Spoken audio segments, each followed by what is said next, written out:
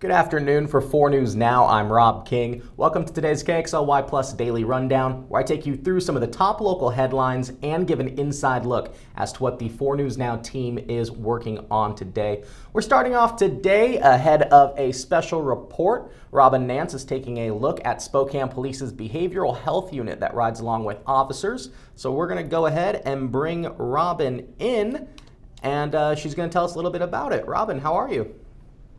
Oh, hi. I'm great. How are you, Rob? Good. So I know it's about the behavioral health unit, but why don't you just tell us what people can Sure. expect watching your special report tomorrow? Yeah, I think a lot of people don't know that this even exists. So the behavioral health unit is made up of some Spokane police officers, Spokane Valley police officers, Spokane County sheriff's deputies, and some mental health workers, either from behavioral health or CHAZ, Frontier Behavioral Health. And they work together and are very specialized in the kind of calls that they get sent to.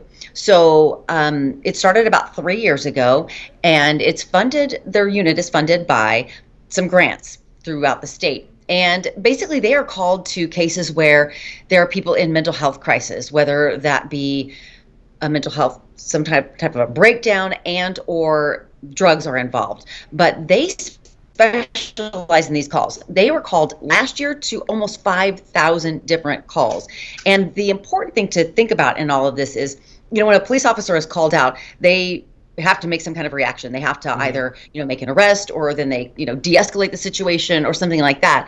And this specialized unit really focuses on giving these people more time, kind of helping them work through their issues. The goal really is to not criminalize mental health disorders. And this is a really great way that the city has found to address these situations where people are just in crisis and need something other than being thrown into jail or taken to a hospital. Absolutely. And 5,000 a day, that's like a dozen calls like this a day that they respond to just in that year. It is really something. And what I found is that just last year alone, in those almost 5,000 cases, 79% of them were handled without anybody going to jail or anybody going to the hospital. And a small portion of them were detained. Some of them had warrants that were not, that they needed to be addressed. And some of them, and I guess kind of important in this whole thing, is that there was no physical violence, that most of those people were just, put in handcuffs, taken away. A lot of times we are hearing more and more about, people in mental health crises who are, they have to be restrained, or they are, there's force used. And the real goal in this whole unit is to keep that from happening and to handle this in as humane a way as possible. And so what you're going to see in my special report, we get to hang out with a police officer who's a senior police officer with Spokane Police, and he is kind of a larger than life character. And his goal is to basically deal with these people and to do it in a very compassionate way. And his take on policing is very different than the way that a lot of police officers are trained. And he says that is training, and it's the way it has been, and he would like to see it change. And he really talks about compassion, but being realistic about what that looks like, in that, some of these people are in fact criminals. Some of them have warrants out for their arrest. Some of them are violent, but the majority of the people that he deals with are suffering from mental health disorders. And so he thinks that we have to approach it very differently than we have been in the past. And I think you could learn a whole lot about the approach and about just the outcomes. And it's really very impressive. At least that's what I took away from the whole thing. Absolutely. And this seems to be more of a modern way of policing and getting people help, instead of just throwing everybody in jail. Let's try to solve some of those issues that people are dealing with. Robyn, I know one of the constraints of television is we're pressed for time often, having to get to commercial breaks. So your report is, going to be a couple minutes in length. You probably had to cut some things. So what was something that you wish could have been in your special report that you still want people to be aware of?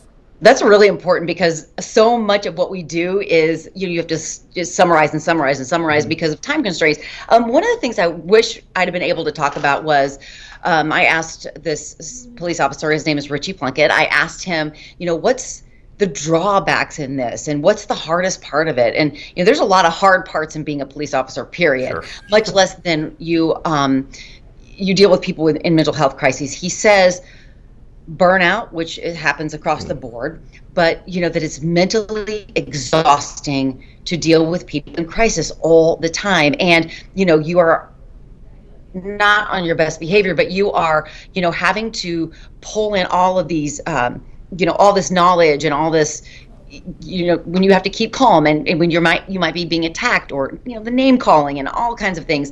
It just really takes a toll, and that's part of the thing that I wish I had been able to talk about in the report, but I couldn't because there's so many other wonderful things that I had to try to get into the story. One of the things I forgot to mention is that a lot of times within these units, the behavioral health therapist is able to ride along with the police officers. In my case, we were not able to see that. We only rode along with Officer Plunkett. He has a mental health provider assigned to him once or twice a week, and there is a shortage right now, as in so many different jobs, a shortage of police officers, but a shortage of mental health providers too. So they're spread really thin, and that person was not able to be with us when we rode with Officer Plunkett. He has a background in social work, so he's kind of amazing in that he has a special, expertise in this. Sure. So he comes about things in a different way, but I really wish we would have been able to see a mental health provider riding along with an officer, because I think that is a really important part of this whole thing. It's an approach that they all work together. So while he can, with his computer, look up and say, oh, I recognize so-and-so, and this person has been trespassing at this place and this place, and he's, spent time in jail or whatever. They don't have the medical part of that. So police can't look at that. If there's a mental health provider riding with them, they have the accessibility to look in and say, oh, this person was released from the hospital in October, and they, this is how they were treated or whatever. So it's really important to have all those pieces fit together, working together. So the more information they have, the better that they can treat people and the better understanding they have as to where that person's coming from. Absolutely. Well, it sounds really valuable and something that people should know is going on in their neighborhood as a way to help our community members. Robyn, you got to ride along with law enforcement. Did you respond to calls? Well, we were sent to one call, but Officer Plunkett found quite a few others. So his cool deal is that he gets sent to a lot of the calls that when he's on duty that have to do with mental health crises. He also makes it a point to find people. So he's able to follow up with people that he's dealt with before. In fact, our very first thing, we got in the car and he said, okay, there's no calls right now. We will be diverted, I guarantee you. But right now, here's what I need to do. I got a call yesterday from a woman who was calling for me the day before, and I want to try to find her. So he went to all the places he knew that she had been before and that he thought she would be at. A lot of the people he deals with are homeless, but he kind of knows where they go. He knows where they hang out. He knows where they stay. He works very closely with all of the shelters and the hospitals and the mental health and substance abuse counselors. So our first call was that, like, it wasn't even a call, it was more of a follow-up. So he wanted to follow up with this lady. And then we ended up finding other people that he had dealt with in the past too. So then he stopped, he would talk to them, check in with them, ask them what they need, resources and whatever. It was really interesting because I had ridden with police officers before and it had not ever been like this. Before it was very, very reactive. I felt like his approach was very proactive. I'm going to, yes, check up, but I'm also going to see what's happening out there. And I'm going to in fact, we're driving through a parking lot and he's like, oh, there's somebody sitting on steps under a blanket somewhere that there is no trespass sign. He just stopped, started talking to this young man, found out about him, found out why he's where he is, where he needed to be. And it was a really impressive exchange in that, like, he showed real compassion for this. This kid was 20. He's like, it's 20, you're 20 years old. This is not a great place for you to be. How can I help you find somewhere else? And what can I get you for resources? And it was really cool, I thought. Absolutely. And it's got to help with policing in general because you're making these connections in your community. So if you do respond to a criminal call, you may have, past knowledge of an individual involved. And so you just you embed yourself in the thread. Totally. And what was also really interesting is he makes sure that everybody he deals with has his business card, and he gets calls from people all the time, from people he's helped and people that he, has made contact with. And he's like, yep, so-and-so calls me, so-and-so calls me. And he prefers it to be like that. In fact, he says that, another officer might stop. Walter Plunkett. And he's like, I don't want to step on anybody's toes, but I also know that I can be of assistance and I can help. And you'll also hear from the sergeant in charge of the behavioral health unit with Spokane Police. And he really talks about, hey, our officers are mostly on a Band-Aid approach. Like we are going and we're basically throwing a Band-Aid on this and moving on to the next thing because we got 20 calls waiting for us. So he said this unit is very special in that it's not that Band-Aid. It is that follow-up. It's that, it's the triage, and it's the taking care of the situation, and then, hopefully sending somebody off with a better outcome than they would have had it just been an officer who was basically like just trying to get through the call. Sure. Well, it sounds extremely important, Robyn. I look forward to watching it. When and what time will your special report air? Yep.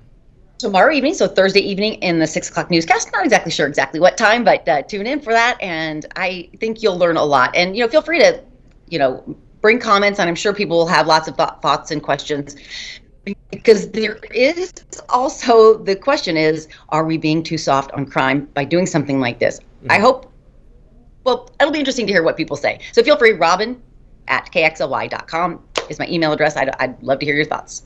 Awesome. Yeah, please reach out. We do love hearing from our viewers. And Robyn, thank you for taking a couple minutes out of your day to speak with me.